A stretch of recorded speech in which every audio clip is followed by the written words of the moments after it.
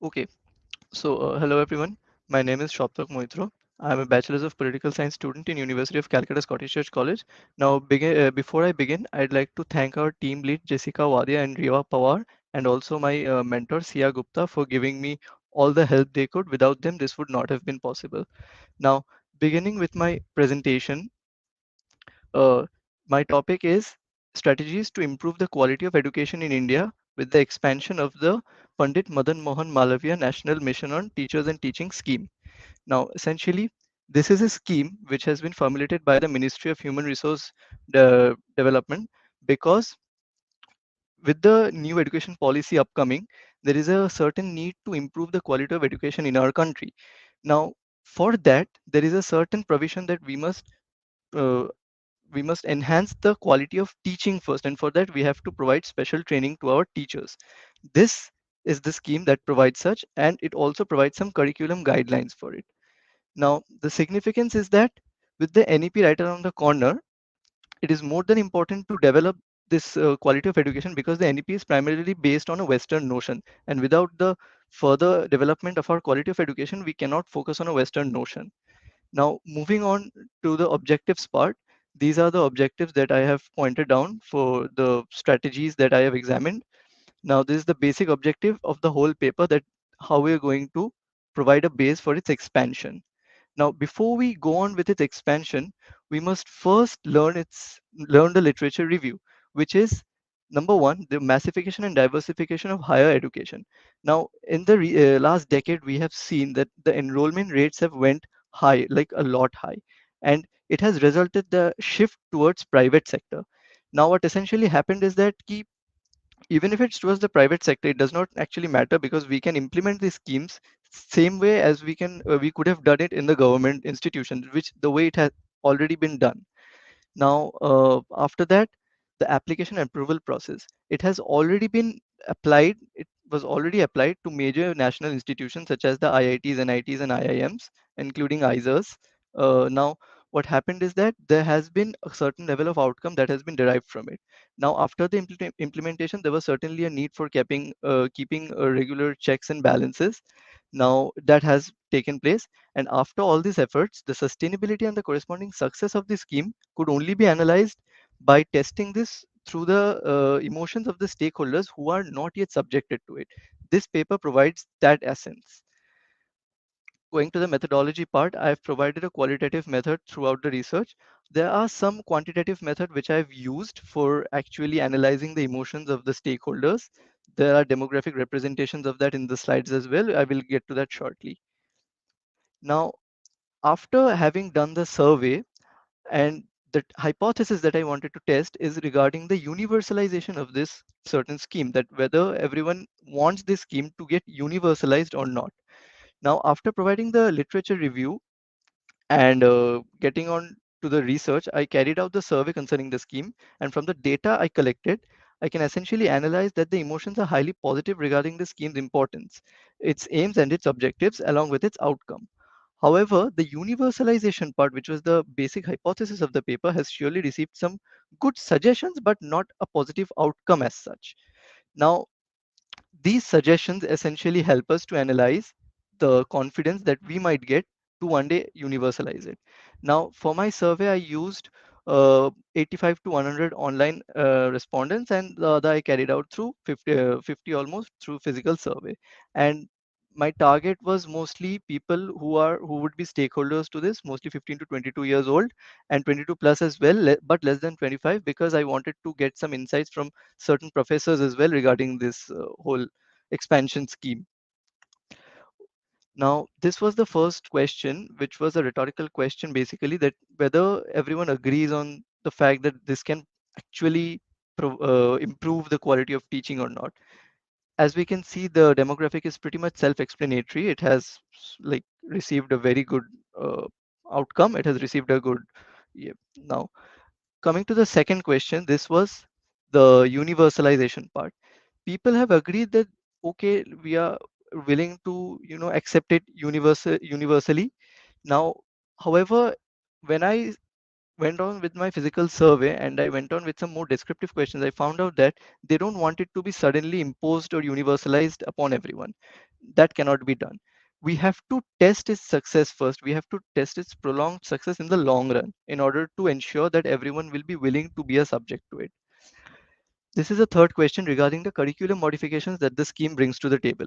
The scheme brings in many curriculum modifications which are also corresponding with the new education policy that is right around the corner right now, that provides for higher education like 4-year undergraduate courses, and for the school education they provide 5 plus 3 plus 3 plus 4 kind of system.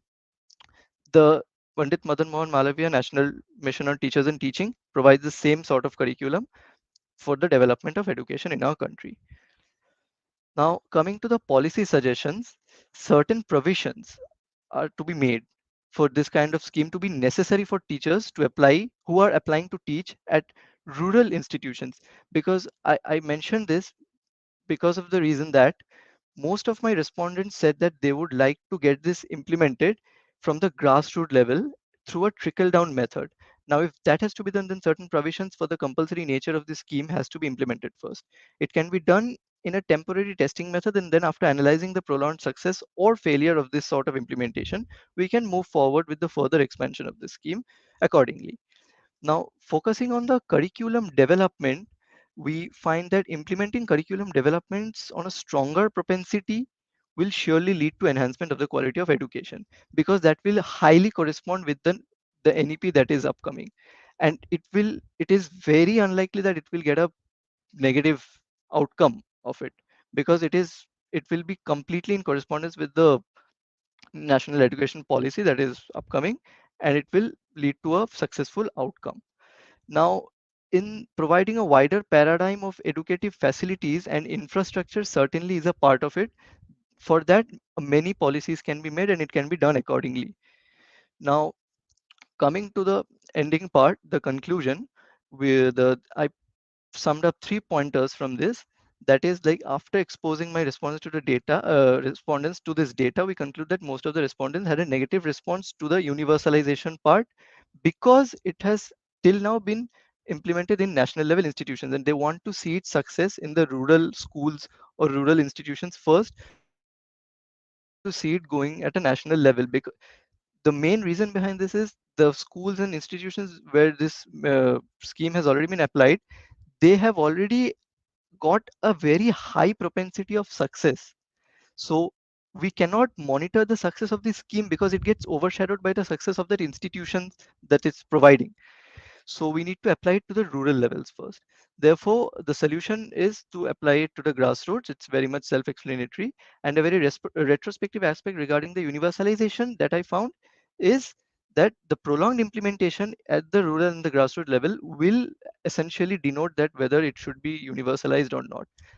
For that, many policies can be formulated from time to time, and everyone must have a regular ad hoc checks and balances system on it to effectively monitor the system. And with that, I would like to conclude my presentation. Thank you for providing me this opportunity. I really appreciate it. Thank you.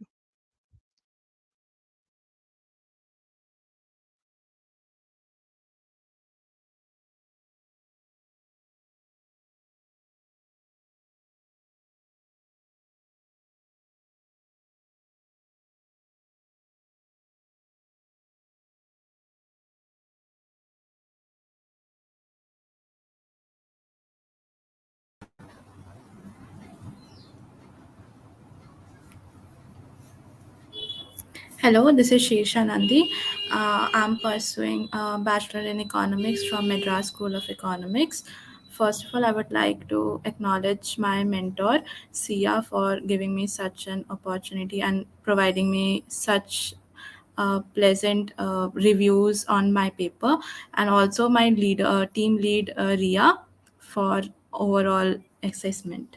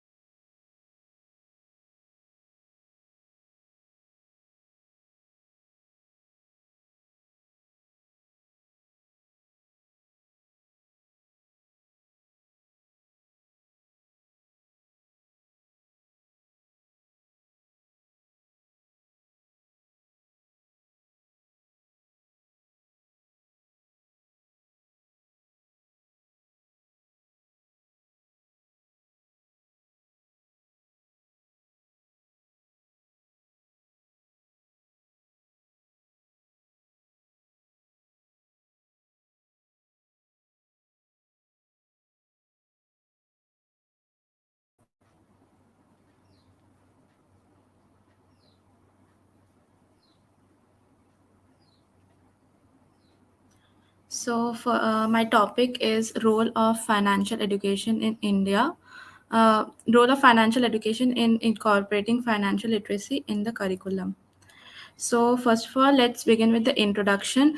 Why do we need financial education? First of all, because of the growing importance of financial literacy, which impacts on lifelong financial behavior, addressing the financial rights and responsibilities, fostering economic growth and stability would be the another one. Information would be OEDC is the uh, global initiative for financial education uh, to analyze financial education of different cities and different countries around the world. NSFE is national action, which will be coming around soon. Current scenario is 27% of Indians are financially educated, with Maharashtra being 17%, Delhi 32%, and West Bengal at 21%. Problems are poor quality education in rural and economically disadvantaged areas. Uh, India is very cultural and language rich, diversitized country. So we cannot convert all the financial concepts to every language, and which is a very difficult parts. Next would be where India is very it has very uh, backward towards the finances, and there is a very lack of financial awareness. India provides complex financial products and which consumers don't understand pretty well, which leads to further losses than making investments. Objectives would be firstly identify the and address challenges faced by the schools, like lack of resources, qualified teachers, and limited curriculum activity. Next would be bridging the knowledge gap and improving economic stability of the and growth to make informed financial decisions and manage personal finances. Next would be long-term effects, like financial literacy program can build positive financial habits such as budgeting, saving, investing, and avoiding debt. Why is it necessary? Because of the frightening rates of bankruptcy, extensive consumer debt, the low saving rates, scams, and poor investment choices turn into bad financial management. Importance is to identify and mitigate the risk, fostering a financially responsible and reliant society. It also helps in social impact, like reducing poverty. Interest would be exploring and understanding the complexities with real world scenarios and case studies and interactive activities. Next, we should also understand what is the difference between financial literacy and financial education. Financial literacy is defined as financial awareness, understanding skills, attitude, and behavior necessary for making financial decisions and achieving individual financial well-being, whereas financial education is a system to improve financial customers, investors knowledge of financial products, such as insurance, mutual fund, credit cards, etc. NSFE is National Strategy for Financial Education, a collective attempt to enhance financial education in India. Its aim is to promote awareness, education, develop customized module for specific target groups, encourage innovative and effective delivery mechanisms, access the impact, and make improvements. 5C design policy is, first of all, content, customized text for specific groups, capacity, train educators, and resource them with knowledge and skills, channeling schools, colleges, universities, community centers, financial institutions, and also digital platforms and mass media for maximum outreach and accessibility. Collaboration with stakeholders to pool resources, expertise, and best practices, and also to continue the long term policy framework in India. The whole process of the primary research was done through data collection by circulating Google Forms to students, classmates, parents, and teachers, which gives us the opinion about the teaching effectiveness and influence. Literature review was done through academic journals, book research, articles, and other online resources. It's key, which gives us the key concepts, theoretical framework, and achieving outcomes. Next is data analysis, which was done through various statistical methods to identify the pattern and responsibilities. Ethical consideration was also being taken care of by providing at identification numbers.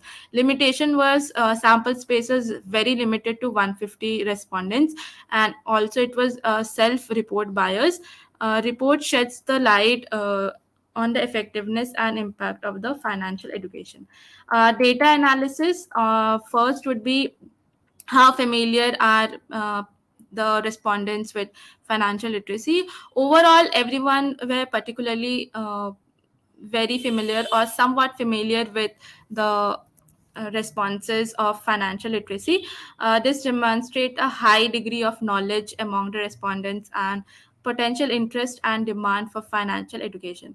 Only 3.2% responded reported completely unfamiliar with financial education, which gives us the scope and space to for growth in terms of overall awareness and knowledge of financial education. Next is financial education should be incorporated in what how much like which category, how school curriculum should be incorporated. Individually, everyone were having the same opinion about school should be like to a great extent moderately, like everyone were overall towards the positive effects. However, it is worth mentioning that 5.8% people find that financial education should not be included in the curriculum at all. This shifting viewpoints highlights the need for financial tasks, for additional talks and consideration to find proper balance between comprehensive education and other curriculum topics. Next is the data analysis between a mandatory elective and extracurricular activity to be as a financial education, and in what age group it should be. 59.1%, like the majority, voted for mandatory financial education, in which all age group were 17%, 21% each for elementary and middle school, 38% believed in high school. This emphasizes that varying perspective on the best approach to deliver financial education. It also highlights providing knowledge and financial concepts to all the students regardless of the individual preferences. Also 30.5% had chosen elective course, out of which majority voted towards high school. This approach also recognizes a varying level of interest on the career aspiration related to finance, which can be evaluated at high school when they have sufficient knowledge about their future.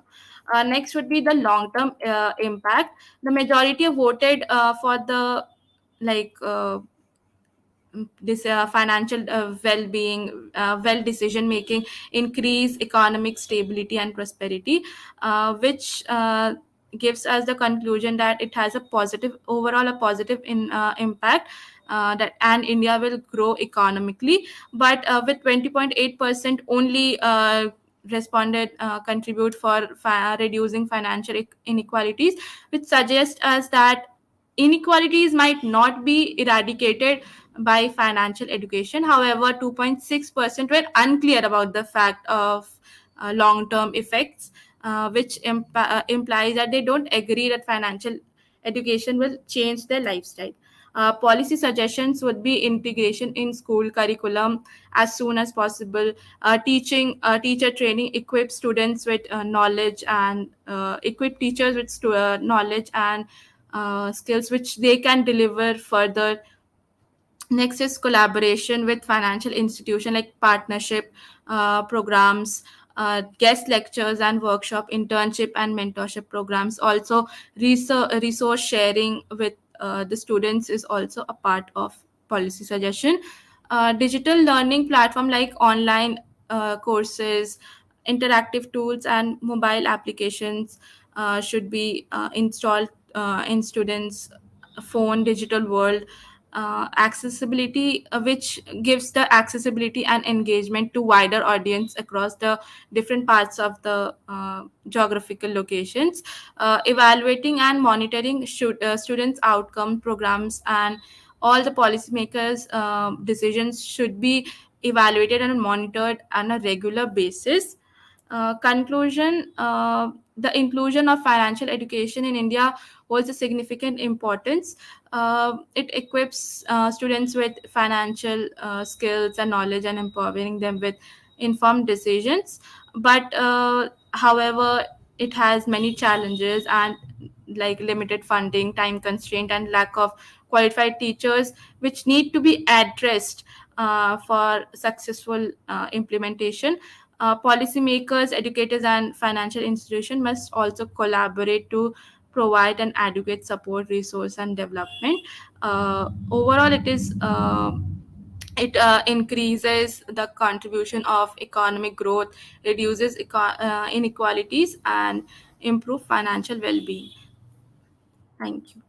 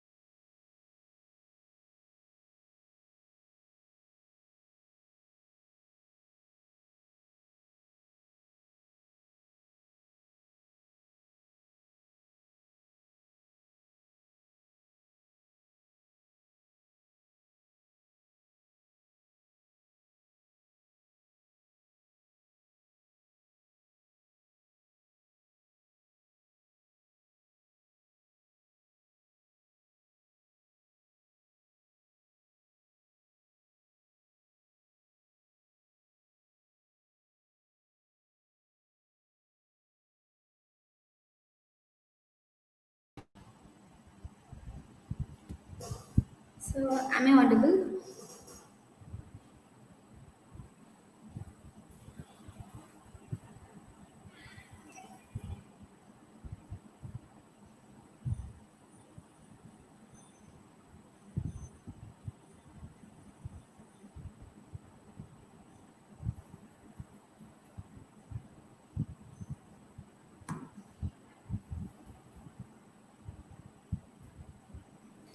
So, hello everyone. My name is Ramita, and I'm currently pursuing BA Economic Honors from Madras School of Economics. I'm also a policy research and advocacy intern at Sarkari School, wherein I've done a research work on the topic evaluating the effectiveness of National Means Come Merit Scholarship Scheme in introducing financial aid to economically disadvantaged students. I would like to first express my heartfelt gratitude to my team leads and mentors for their unwavering support throughout my journey. So I'm here today to share my findings to you. So the first and foremost, the reason I embarked this research journey was the sheer significance and relevance of the topic. In our rapidly evolving world, it is crucial to focus our attention on issues that have direct impact on our lives and the global community as a whole. So, the topic that I've chosen is one such area of concern, that is equal access to education. As we all know, that education is a powerful tool that that has the potential to break the cycle of poverty and empower the individuals to build up their careers in a better way. So, however, there are certain financial constraints that often pose barriers to children's education. So, this issue deeply resonates within me, and I believe that evaluating the effectiveness of scholarship schemes are crucial in ensuring inclusive education for all. So, to give necessary background information, I would like to say this here. So, a National Means Come Merit Scholarship Scheme is an initiative implemented by the Department of School Education and Literacy in 2008, mainly to provide financial assistance to economically disadvantaged students on the basis of merit. This tries to bridge gap between talent and resources and enabling meritorious students to unleash their potentials and pursue their higher education to fetch their dreams. So this is the brief introduction of the topic. So heading towards the research problem, the research problem identified in the study revolves around the assessing the effectiveness of this scheme, but mainly, I aim to investigate whether the scheme is effectively reaching the target beneficiaries and efficiently addressing their financial needs, and whether it's positively impacting their educational outcomes or not. Because by analyzing these factors, we get an overall idea of the scheme's efficacy, and we can propose certain recommendations for enhancing its effectiveness by knowing their strengths and weaknesses. So,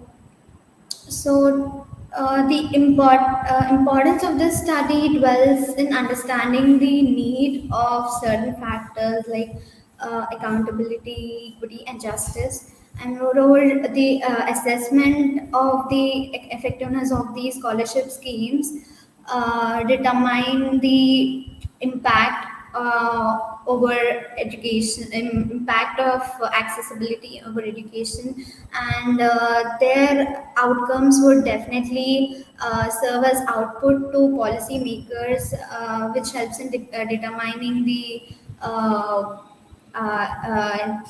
influencing the students in attaining their education in a better way.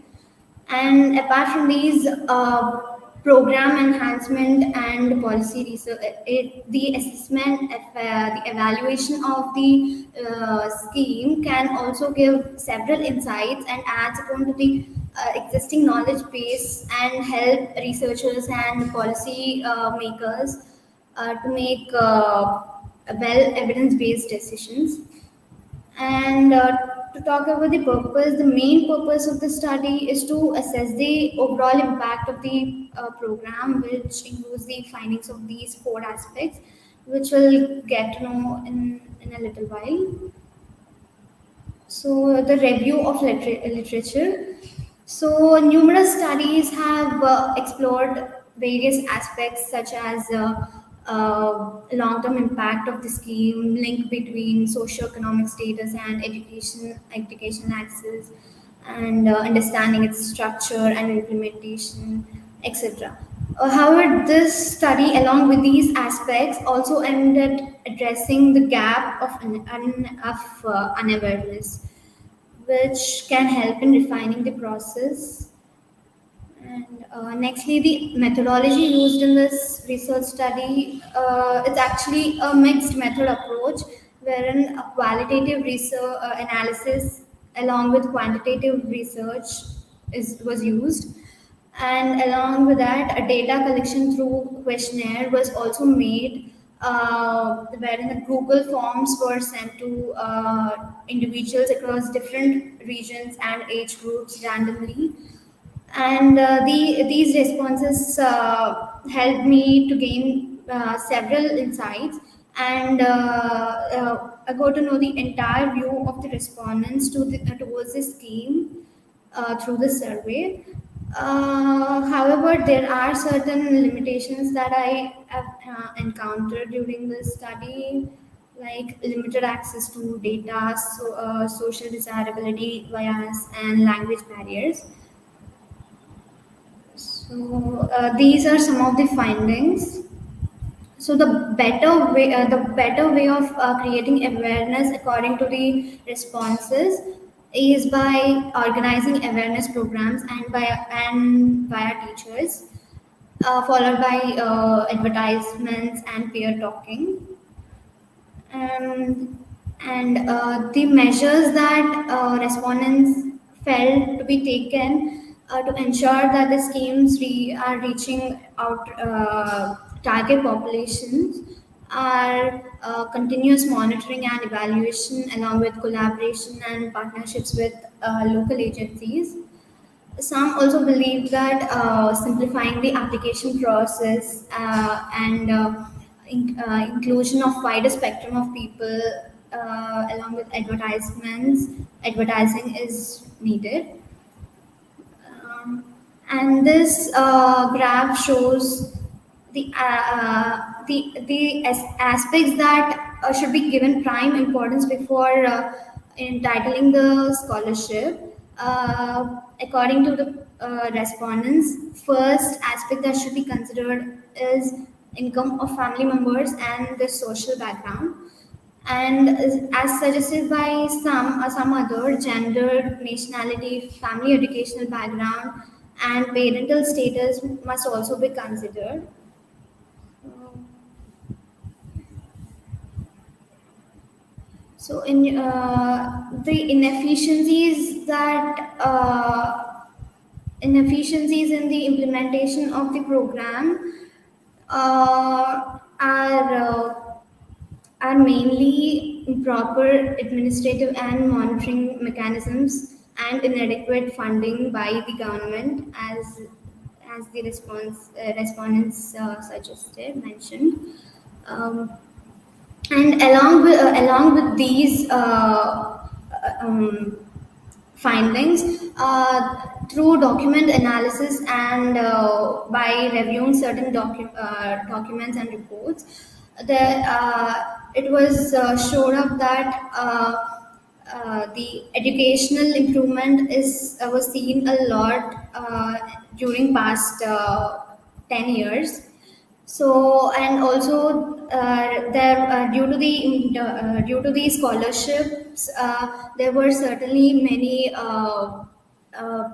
metrics that have improved, like reduction in I mean increase in enrollment rates, and increase improvement in the academic performances of the scholarship recipients, etc. So here are some recommendations and suggestions.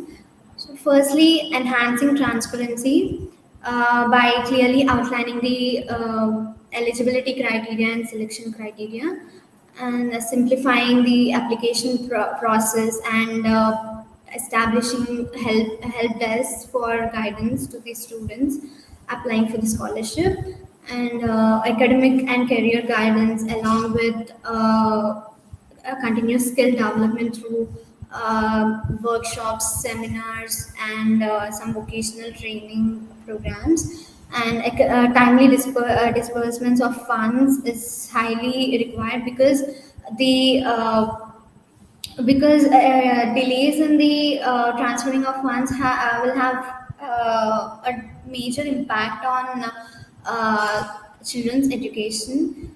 So it should be ensured that funds are transferred efficiently and at the correct time, and collaborations and partnerships with educational institutions, government agencies, and NPOs must be fostered to leverage their expertise in various aspects, and this can also help in improving the effectiveness of the scheme. And there should be interaction with alumni and the current scholarship recipients, so that they can get an idea, and the past scholarship recipients can also motivate the students to excel in the career they want to. So a long term follow up is also required, in the sense the scholarship, we need to make sure that the scholarship recipients, after availing the scholarship, are actually continuing the education and taking good steps to improve their performance. And financial support and coverage should also be taken care of, where the government should update and review everything to align with the current cost of education, and lastly, monitoring, evaluation, and adaptation. So there must be some robust monitoring and evaluation mechanisms to be established for achieving the objectives. So yes, and to conclude, this scheme has been successful in achieving all its objectives to some extent, and enabling deserving students to pursue higher education and improve their life prospects. However, there are some challenges and limitations that have to be taken special attention, and and should be given some remedial measures too. And also, in yeah, so yes, that's it. Thank you.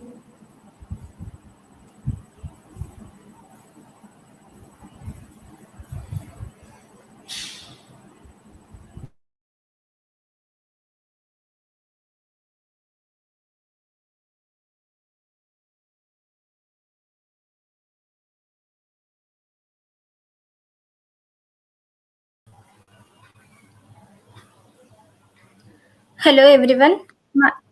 My name is Shruti.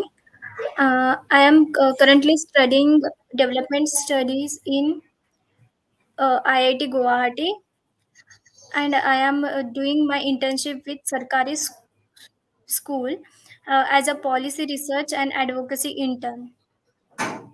So my uh, research paper topic was examining effectiveness of the active learning methods and its initiatives and effectiveness. So, for conducting this research, um, we have gone through Google Forms, and we circulated the Google Forms and collected the data from the students and teachers. So, first is the introduction. I would like to introduce my topic with you. Active learning is a teaching and learning method where students are actively participate in the experiment. Learning methods were previously involved the lecture and just listening in the class, but active learning does engage the students in the active learning methods like presentation, group discussions, and active learning methods focuses on the student rather than just as teacher oriented teaching methods. So, active learning methods are very different from the traditional way of teaching and learning, and which involves student more. So, uh, objective of this study is to measure the effectiveness of the active learning methodologies. As we know that the traditional way of learning and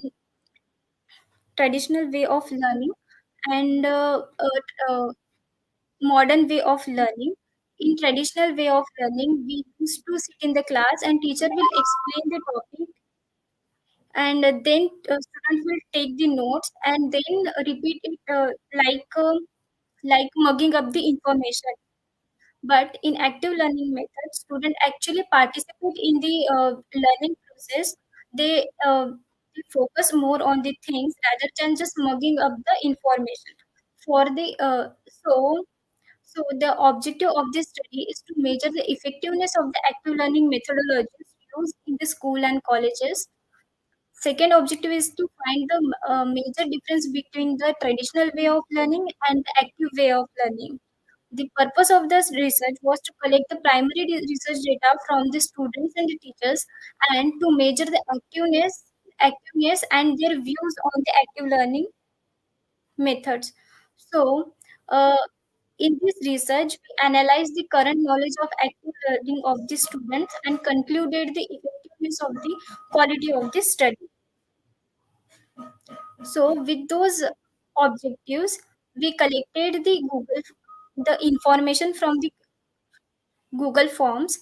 Um, the objective of this research paper was not just collecting the data or just make spreading the awareness about the active learning methods, but also getting the insight from the students' view of point of view, and making as much as thematic analysis as possible for getting those information, for getting that core information from students inside. um, Mixed method m- sorry mixed method approach was conducted. For conducting this research, I use the qualitative and quantitative research methods. And for collecting the thematic analysis, I try to generate connection between the students and teachers, and talk with them, uh, and finally concluded the what are the methodologies used and what kind of practices are done in the classrooms for active learning methods. For the literature review, I have gone through the research paper by C.A. Ajay and M. Javed Khan, who concluded their research on the self-efficacy with active learning methods. In this research paper, they talk about the students' behavior, about active learning method and traditional way of learning, so that the deep learning concepts of the deep learning concepts from the students can be extracted, and student can focus 100% on their study, and can interact emotionally with each other and with the teachers more. So the significance of this study is that it is done with the primary research data, and the primary data research was collected through the Google Forms. Total 159 responses were collected through the Google Forms to get their insights. The research is done with the mixed method approach, uh, that is using qualitative and quantitative research method at the same time. Most of the students supported this traditional way of learning, as they know the active learning methods also, but they didn't deny the efficiency of studying in the classrooms.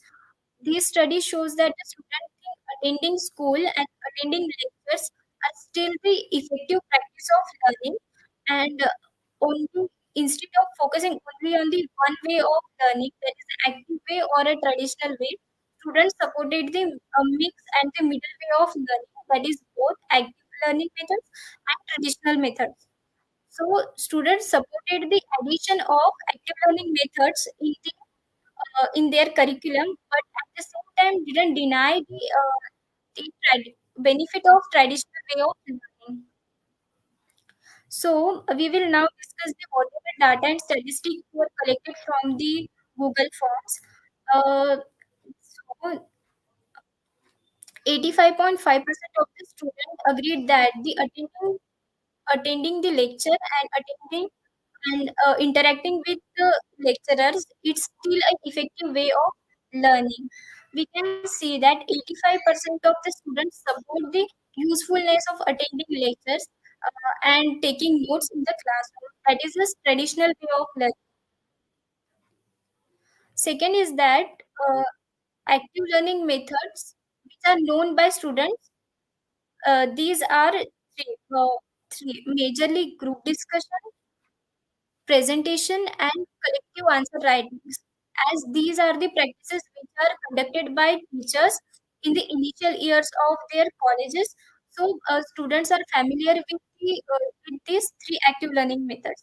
But at the same time, we can see that 44.9% of the students know group discussion, uh, and 33.5% students are engaged with the presentations. And only 4.4% students know all the active learning methods. So we can see that the fraction of students know about all the active learning methods, and group discussion and presentation are the most famous active learning methods still now in students. So when students were asked that whether should be active learning be the part of their curriculum, so out of 159, 124 students accepted that active learning methods should be part of their curriculum. With the active learning method, students can build their skills also. When students were asked if they can develop their skills with active learning methods, so majority of the students, almost 80% of the students said that the active learning methods are better than the traditional learning methods to develop their skills like presenting, communicating, interacting, and teaching. Uh, when we are engaged in the our session, academic session, it is very difficult to focus on things and remember all the data and the statistics which are explained in the class. So, when students were asked whether they remember their statistic and the data provided by the teachers in the lectures, 84% of the students remember their project, which is the part of the active learning, and the rest of the students couldn't recall what kind of presentations they have done. So we can see the difference between the traditional way of learning and the active way of learning. Things done with the active learning methods are still existing in students' minds, whether they are asked about any topic which is explained by the teacher, any data which is explained by the teacher. It is difficult for them to recall all the information. Thus, active learning methods are better to recall and help to remember the statistics and data. Maximum number of the student remember statistics and the data which they have learned through the active learning methods. So, at the end of this presentation, I would like to share some policy recommendations and suggestions that that education is the key to success, but most of our teaching methods are like teacher centered, which give comfort to the teacher that just come to class and explain the things. But the focus should be student centered. So the teaching method should be designed like that. Students should feel involved in this process, and student can engage and interact with each other. So instead of using commonly known active learning methods like group discussion, presentation, and other learning methods, uh, inclination should be towards implementing new learning methods like brainstorming, role playing, and mind mapping. Implementation of active learning should be made compulsory in the curriculum so that student can learn more things and things effectively. As more than 90% of the students supported the compulsory addition of active learning methods in their curriculum. And lastly, more research should be done on this topic as it is our aim to educate everyone. But in this race, uh, we cannot compromise with the efficiency and the quality of the education. So, improving the quality and the efficiency of the education, active learning methods should be included in the curriculum as well as the policies should be formed with the vision of active learning methods and methodologies. Thank you.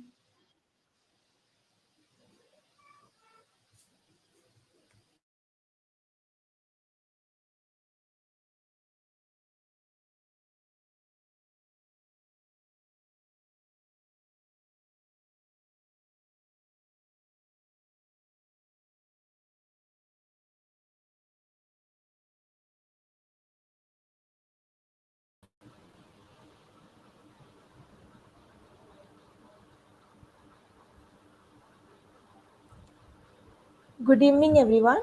I'm Chetna Jain, pursuing from Madras School of Economics, pursuing B Economic Honors. I first of all would acknowledge my um, team leads and co-leads, Ria Power ma'am and Jessica Vadia ma'am, and of course my mentor Anjali ma'am for mentoring throughout the research paper. Now, my topic is impact of National Green Corps in introducing environmental conservation education. So, National Green Corps is a program initiated by the Ministry of Environment, Forest and Climate Change in India to involve young students in environmental conservation activities. Uh, so we can see that the world is grappling with urgent environmental crisis. Climate change, deforestation, pollution, and unsustainable practices threaten ecosystems and human well-being. National Green Crops addresses these challenges through youth empowerment and community engagement by fostering environmental stewardship and sustainable practices. NGC strives to create a greener future. Moving forward, we can see the urgency of the issue. Hans Otto Porter, a climatologist and co-chair of the IPCC's Working Group 2, said in a statement, any further delay in concerted global action will miss a brief and rapidly closing window to secure a livable future. So we have to take care of the environment as soon as possible.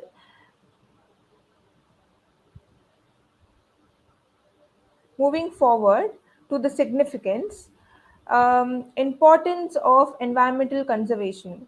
So it is very important to conserve the environment, preserving the ecosystems and resources for a sustainable future. And it is also important for educating young students, empowering the future leaders for environmental stewardship. And so the need to assess the effectiveness of programs like NGC in addressing these challenges, and like to look at all these some environmental programs like NGC are organized to assess their effectiveness. Moving on to the objectives. Objectives of the NGC is to assess the effectiveness of the National Green Corps in promoting environmental awareness, knowledge, and sustainable practices, measure the level of environmental awareness among program students, and also analyze the learning outcomes and application of knowledge by participants. It also identifies effective teaching methods and strategies employed by the program. And then the purpose of the study is to improve the environmental education policies and practices. It also to enhance the delivery of environmental conservation education, foster behavior change towards environmental sustainability. To move on to the literature review, uh, to implement the NGC effectively, we need policy support, teacher training, curriculum integration, and community engagement. Policies mandating environmental education provides a foundation. Teachers require effective training to deliver uh, conservation education, integrating environmental education seamlessly into existing curriculum enhances the NGC's impact. So, active community engagement with local organization and experts strengthens and supports the NGC's goals. Together, these components create a comprehensive approach to fostering environmental consciousness, creating a sustainable future. Moving to the outcomes and impact of NGC, National Green Crops has made a significant impact through its initiatives. It has raised awareness about environmental issues, developed practical skills, engaged communities, and contributed to positive changes in ecosystems. The NGC plays a crucial role in promoting a sustainable and environmental conscious society. The phenomenal response that NGC received and has made the network more than 1 lakh eco clubs across the country in 15 years, making it one of the largest conservation networks. It indicates its importance at grassroots levels in taking the environment awareness at mass. During the last 15 years, Eco Club members are taking an active part in various environmental related programs like plantation, rallies, debates, quizzes, popular lectures, natural trails, cleanliness drives, etc. Moving on to the challenges and recommendations, limited resources under NGC implementation, comprehensive teacher training is required, and policy alignment ensures long term sustainability. Also, standardized assessment methods are also necessary. So, together, these can help. These steps, if taken, will strategize the NGC's impact. Moving on to the methodology, a mixed method research design was employed to gather both quantitative and qualitative data. Qualitative analysis, the qualitative component provided in depth insights into participants' experiences, perceptions, and suggestions. Quantitative analysis data was collected through surveys or questionnaires administered to students participating in the National Green Corps program. The surveys included Likert scale questions to assess the level of agreement or disagreement with specific statements. Statistic analysis methods such as descriptive statistics and correlation analysis was also employed. Ethical principles, including informed consent, confidentiality, and protection of participants' identities, was also followed throughout the research process. So, limitations of the study include potential biases and also limited access to data, time and resource constraints, and language barriers. So, now going on to the results and discussions. Um, Respondents believe that environmental education should be included in the curriculum. Findings indicate the importance of including environmental education in the curriculum and the positive perception of the NGC program. Government support and involvement are crucial for sustainability. The NGC program effectively increases knowledge and motivation, but long term conservation impact needs further examination. So these insights emphasizes the significance of environmental education and the need for continued efforts to ensure lasting environmental conservation. So these were the responses collected, and we can see that people have responded of more environmental education required and crucial for governments to invest in environmental education, youth involvement being crucial for the success of environmental education and conservation. So, policy suggestions, recommended policy interventions include allocating resources for training, um, materials and partnerships supporting comprehensive professional development of educators, encouraging active engagement with local communities. Um, and implementing regular evaluation and monitoring. Schools play a pivotal role in implementing these policy interventions, leveraging their potential to foster environmental awareness and sustainable practices among students. Implementing the recommended policy interventions holds a promising prospects for environmental conservation. It can lead to positive outcomes such as increased environmental awareness, behavior change, and community engagement. Additionally, it can contribute to sustainability, biodiversity, conservation, and the overall well being of the ecosystems. So, by embracing these recommendations, we can foster a greener and more sustainable future for generations to come. Moving on to the conclusion. So, in conclusion, the evaluation of National Green Corps program in environmental conservation education showed positive outcomes. Students, educators, and program coordinators provided positive feedback, highlighting increased environmental awareness and sustainable practices. Curriculum integration and community engagement were key to its success. Challenges such as limited funding and educator support were identified. Recommendations were provided to enhance effectiveness. This research has implications for policymakers, educators, and stakeholders, showcasing the National Green Crops program as a model. By implementing the recommendations, we can strengthen environmental education and foster a sustainable future. I once again thank all my mentors and Sarkari School for providing me this wonderful opportunity. Thank you.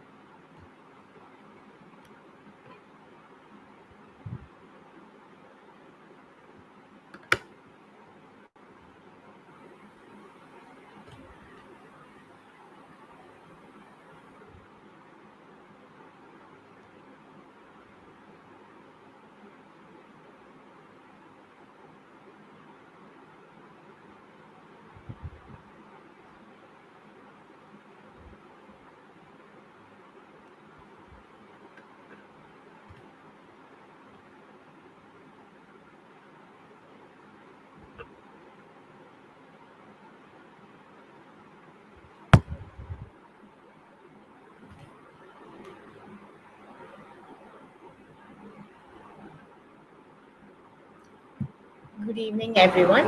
I am Lakshmi Arani, a student from IIT Madras. I am pursuing an integrated MA in Development Studies. I am a policy advocacy and research intern under Sarkari School. And today I would like to present my paper on investigating the role of National Cadet Corps, the NCC, in promoting active citizenship through the introduction of civic education. But before I start, I would like to thank all of my team leads and mentors, team leads Jessica Vadia and Ria Pawar, and my mentor Akanksha Wani for guiding me through this entire process. To begin with, about NCC and why the study of active citizenship among cadets is relevant. Uh, this was chosen to explore the impact of NCC training on fostering active citizenship among cadets and the extent to which civic education, that is, knowledge about government related processes and youth's participation in the same, helps with fostering this particular citizenship. The NCC is the largest uniform service youth organization in India, established with the aim of developing character, discipline, leadership, and a spirit of service amongst the youth. So, a major goal that promoting active citizenship is necessary for the growth and progress of the nation, and this particular promotion is also very crucial for shaping socially responsible and engaged citizens so that they can partake in government processes once they become responsible citizens. When I looked into this study, I realized that a good amount of research on the NCC was done, but lack of the same on the influence of the training on this, getting to know this civic education and governmental knowledge and promoting the active citizenship was lacking, which is why I decided to pursue this topic. The significance of this study is that it's essential for educational institutions, policymakers, and various community organizations to design effective strategies and initiatives for development. The objectives of the study henceforth are to investigate the extent to which NCC training imparts civic knowledge and understanding of government processes among cadets, number one. Number two, assess the development of leadership and teamwork skills. These are the soft skills that NCC training provides. And number three, to examine the influence of NCC along with these skills on the civic attitudes and behaviors of the cadets, including their level of civic engagement and participation in societal processes. The review of literature on what scholars say regarding NCC as such. NCC cadets were actively involved in risk reduction and demonstrating the thorough disaster management training that they normally undergo in the NCC syllabus during COVID 19. A study by Garg and Sam in 2020 has proven this. Previous studies made by Anish Jayaprakash and a lot of other scholars, and some scholars like Elavarsan and Selvam, also tell us that NCC's positive impact on students is honing of leadership qualities, bringing about a sense of discipline and their disaster management skills. Where this research gap was identified in all these literature that I had gone through was that its effectiveness in influencing all these civic tasks that are already part of this syllabus beyond just voluntary engagement and making it secondhand along with sentiments associated with the need to develop one's own country. Limited research has been conducted on this particular influence on civic duties and responsibilities, and this study hopes to aim to fill that gap and replace that gap with more knowledge and suggest some policy recommendations on the same. Moving on to the methodology, this research was conducted by employing a mixed methods approach, combining qualitative and quantitative data collection techniques. In quantitative data, the mode that was collected was via online questionnaires, and I had formulated a total of 11 questions, which contained a mix of three types of questions.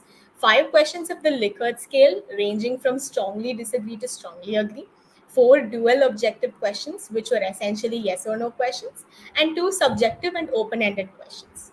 The sampling was biased and was restricted only to NCC cadets from school because I wanted in depth knowledge regarding this training that NCC provides and the different measures that can be put forth uh, to improve it. And the analysis of this quantitative data was conducted by methods of locating a central tendency, that is, by identifying the mode, based on the frequency of responses under each Likert scale or each dual objective question. I would classify the one with the highest frequency, that is the mode, to have a more positive correlation with the statement that is being put across.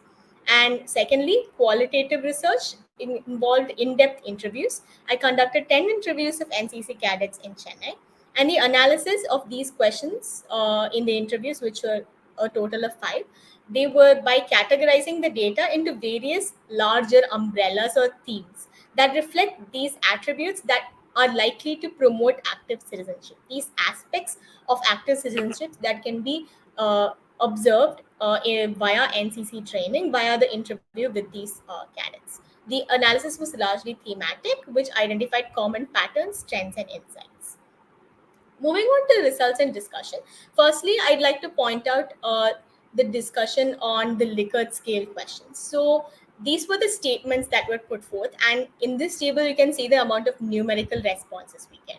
So in NCC, regarding NCC training, questions ranged from how much of discipline, patriotism, and military knowledge was known, and whether this particular sentimental development also seeped into getting to know government processes and civic education, and whether these soft skills that were developed in NCC training also helped cadets with important national events at the school or college level, and to be in touch with other representatives of government processes to help them in the same. And if you see that, take a look at the table under the agree section. We have most of the responses positively leaning towards agree or strongly agree, as can be seen in these two bar graphs that have been presented. For more data, my research paper can be referred to. But this is broadly the direction in which the results of this study had proceeded in. And coming to the dual objective questions, these were the yes or no questions that were posed. They ranged from again inquiring about the sentimental feeling of patriotism that NCC training would have provided the cadets, or about their involvement in community service and other social initiatives, and whether this particular involvement also seeped into their learning of government processes, because that is ultimately the objective of the study, to get to know whether all these factors that promoted active citizenship helped in ultimately culminating in that knowledge that it offered. And even in these dual objective questions, I got positive responses.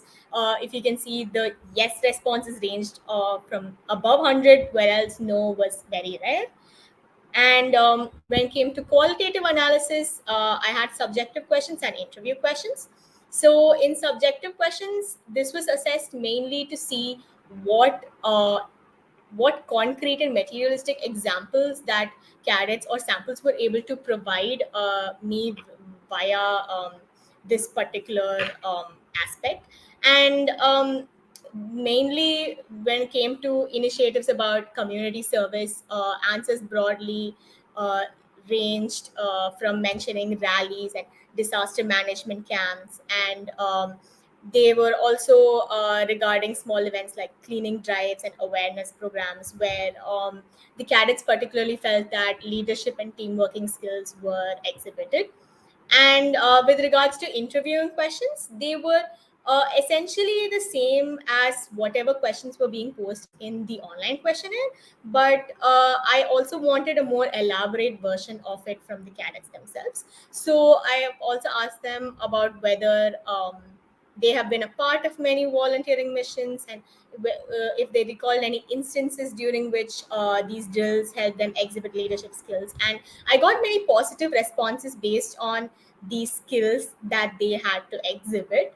And many of them said that the most important skills that they had learned from in NCC were mainly along the lines of discipline, teamwork, leadership, etc. And when I asked them about whether they participate in government processes or national processes inspired by these particular soft skills and feelings, they said the number of responses that leaned positively on that side was very much less, meaning they did not respond positively to that particular query. and whether NCC has motivated them to do so. A lot of samples among the 10 were quite hesitant about answering it, and they weren't positively answering that NCC did motivate them. Hence, there is this gap between the development of these sentiments and whether or not these sentiments pushes them to do something concrete in life later. So, as uh, as elaborated in my methodology section, I have identified three larger themes in which these can be proved to be aspects of active citizenship. And these particular aspects have been ranked on the order in which they have been identified with positively. And on an ordinal basis, it can be noted to be an increase in civic knowledge, ranked 1, soft skill development, ranked 2, and sentiment development, ranked 3. So, civic knowledge was the increase in knowledge of community processes, and soft skills were skills like leadership and teamwork exhibited, and sentiment development was feelings of patriotism and nationalism that is exhibited. So, in line with all these findings, policy suggestions that can be recommended would be strengthening this civic education. Right now, the amount of civic education in NCC seems to be minimal, but comprehensive modules on these particular processes, democratic principles, and civic responsibilities right from the school level as a part of training can be facilitated.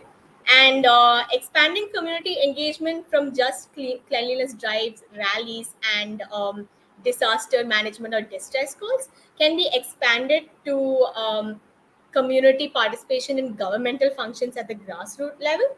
So it would also deepen their understanding of societal issues, but also fosters a stronger connection between the cadets and their own communities.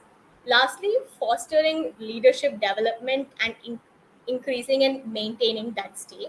So, right now, based on these other external activities that cadets take part in, their leadership skills are honed. But furthermore, policy orientations towards that side, like mentorship programs, leadership workshops, and projects that allow cadets to lead these community engagement tactics that I have mentioned in the previous points, can also empower them to take charge and drive positive change in their communities. So, implementing these recommendations definitely would have the potential to enhance the effectiveness of NCC in promoting this aspect of active citizenship, creating a generation of responsible citizens who actively contribute to their communities and nations. So, in conclusion, NCC training, yes, it does have a positive influence on sentiment development, increase in civic knowledge, and soft skill development. It henceforth definitely plays a vital role in fostering active citizenship. It also instills a sense of patriotism. And via these processes that fosters active citizenship, it enhances civic knowledge. And that civic knowledge needs to be engaged with, so it also develops essential skills for the same. Thank you for listening to my presentation.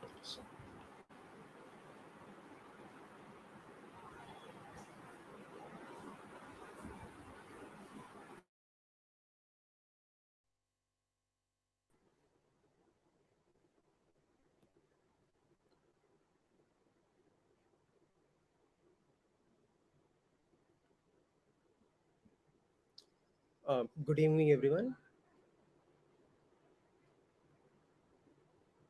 Good evening, everyone. My name is Prithvi Ram. I'm a student at the Indian Institute of Technology, Madras, and I'm delighted to present my research paper today, which is an evaluation of the Sarva Shiksha Abhiyan, which is called the SSA, and its impact on fostering inclusive education for economically disadvantaged students.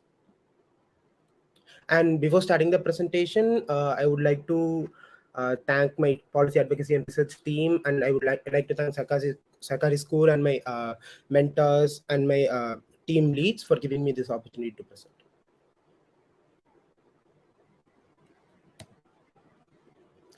Yeah, so with respect to the selection of this topic, it stems from the recognition of the importance of inclusive education and its potential impact on the lives of underprivileged students. SSA, introduced by the Ministry of Education in 2001, is India's flagship program aimed at providing inclusive education for economically disadvantaged students from the age group of 6 to 14. So, with respect to the relevance to SSA in the current scenario, access to high quality education, especially for economically disadvantaged students, remain a significant concern in India. The SSA addresses this concern by ensuring free and mandatory education, curriculum enhancements, and support services tailored to meet the needs of these underprivileged students. So, the need to uplift these marginalized students and promote equity in education is more crucial than ever. And given the social inequality that are present in India, SSA plays a pivotal role in bridging this gap and providing equal opportunities for all the students, irrespective of their social barriers. And yeah, so what are the research problems identified in this research? So, to evaluate the effectiveness of SSA in advancing inclusive education, curriculum improvements, learning outcomes, and several research problems have been identified. These include assessing the impact of the program on inclusive education and understanding the influence of these socioeconomic factors on enrollment and retention rate of students receiving SSA funds, and evaluating the stakeholders perspective, which include teachers, parents, students in my research, and to identify the areas of improvement. By addressing these research problems, we can gain a comprehensive understanding of the SSA's effectiveness and identify strategies to enhance its impact on these economically disadvantaged students. Yeah, so what are the significance and objectives of my research? The evaluation of SSA in its mission to provide quality education to economically disadvantaged students hold complete significance in my point of view. So, by focusing on the educational needs of these marginalized students, SSA provides inclusivity, social equity, and break the cycle of poverty through education. And to understand the effectiveness of SSA in improving curriculum, it is also important to focus on the teaching strategies and the learning outcomes, as we mentioned above. These are also crucial for these educational policymakers and practitioners to consider about this topic. And the objectives of this evaluation include assessing the impact of SSA on instruction standards, evaluating curriculum modifications and teaching methods, identifying socioeconomic factors affecting student participation, and understanding the perspective of stakeholders. So, by thoroughly evaluating SSA, my research aims to contribute to the existing body of knowledge, providing critical insights to policymakers and educators, especially, and also to ensure equitable access to high quality education for economically disadvantaged students.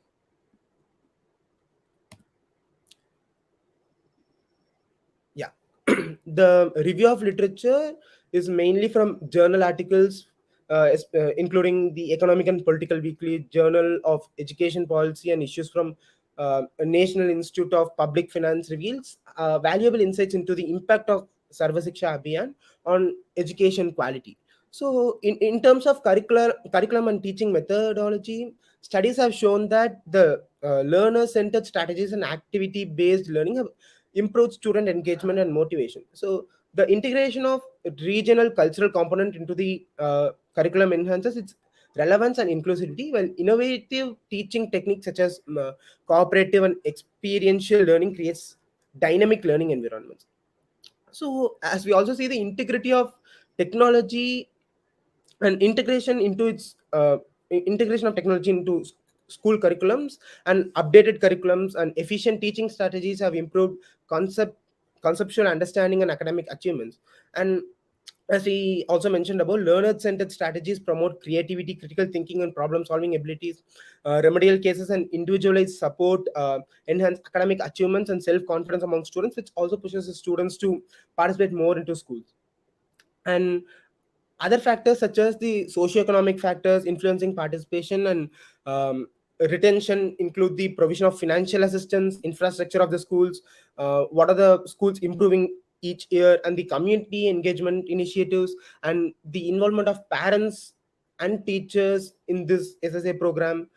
So these are all collective factors that also influence the stakeholders' perception, that indicate that teachers view SSA positively, whereas parents appreciate accessibility but stress the need for infrastructure and educational quality improvements, and students value engaging learning strategies but highlight infrastructure issues. So overall, teachers welcome this in a very high manner, but students and the parents have a idea that there are some improvements with respect to the infrastructure and the quality of uh, infrastructure provided by the SSA. So however, there's a research gap in understanding the comprehensive impact of SSA on education quality, requiring further exploration of the interplay between various factors and their collective influence.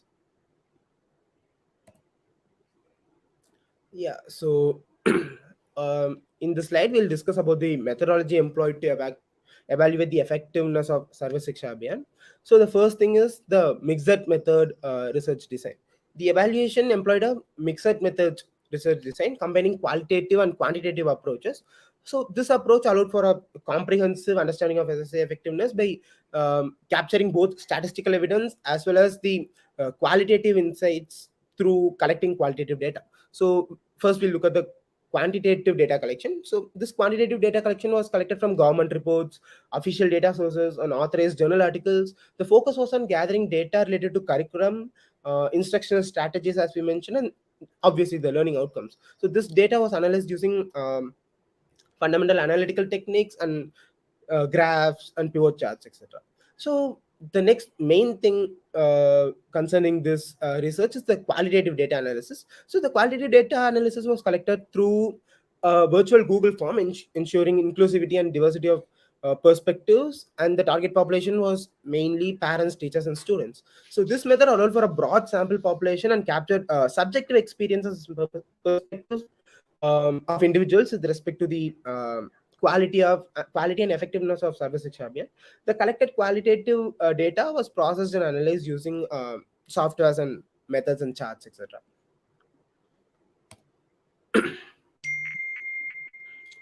Yeah, so the results. We'll briefly look into the results. The impact on curriculum and learning outcomes. The evaluation revealed that SSA program has made positive improvements to the curriculum and learning outcomes, especially to these disadvantaged students. Participants perceive curriculum modification favorably with an observed increase in learning outcomes. So while the findings highlight positive perceptions of curriculum modifications, there is also room for improvements in teaching approaches. So further development and consistency in teaching methods are necessary to maximize the effectiveness of the program. And the second thing that we could see is the socioeconomic factor with respect to participation. So the socioeconomic barrier has been identified as an hindrance to student engagement and retention within SSA programs. So the financial limitations, limited parental involvement, and lack of resources are challenged by this. Yeah, and then the distinct stakeholder perceptions. As we said, the stakeholder, as we refer here, consist of students, teachers, and parents, especially. So the stakeholders' perceptions vary across different groups. Students and parents show higher satisfaction levels and perceive the program to be more effective compared to teachers. This highlight the importance of addressing the needs and concerns of all stakeholders involved. However, the findings indicate that the additional support and resources are required to ensure effective and quality education within the SSA program. Yeah, so after evaluating the research that we conducted, there are some policy recommendations that I would suggest. So the findings from the evaluation provide valuable insights for policy planning in the education sector. um, this offer evidence-based guidance on improving the quality of education for these economically disadvantaged students. So based on these findings, the recommended policy intervention would include implementing targeted interventions to address socioeconomic barriers and promote equal access to education, as well as enhancing these teacher training programs and providing resources to improve teaching approaches and instructional quality. I think school plays a vital role in implementing these interventions by creating inclusive learning environments, providing supporting services, and ensuring effective implementation of curriculum and teaching strategies. Education itself in this scenario has a potential to be a powerful tool for social and economic empowerment, and policy intervention should prioritize equitable access and high quality education and holistic development for economically disadvantaged students as well. So by implementing these recommendations, policymakers can narrow this educational gap. So finally, the conclusion part. So, in conclusion, I would like to state that this mixed method research methodology used to assess the impact of Sarva Shiksha Abhiyan on education quality has provided valuable insights. So, the quantitative analysis revealed a positive impact on curriculum and learning outcomes for economically disadvantaged students, while also identifying areas for improvement, particularly in teaching strategies to enhance the overall educational quality. And to summarize, the qualitative analysis highlighted the influence of socioeconomic factors on students, and their engagement and also the retention within the program. So, additionally, as we said, the stakeholders' perspective varied with high satisfaction levels, um, with respect to teachers, students, and parents. And overall, the evaluation offers that um, policymakers and educators can face challenges with respect to this, particularly to this economically disadvantaged students, and to meet stakeholders expectations, it is better to continuously evaluate SSA's effectiveness and make necessary policy changes. Yeah, so in conclusion, the evaluation has provided evidence of positive impact of SSA programs so far. And then the quality of education has obviously improved for the economically disadvantaged students, but there is always more room for improvement each and every year with respect to the program. So with that statement, I would like to conclude my presentation. Thank you, Sarkari School, and my team for giving me this opportunity.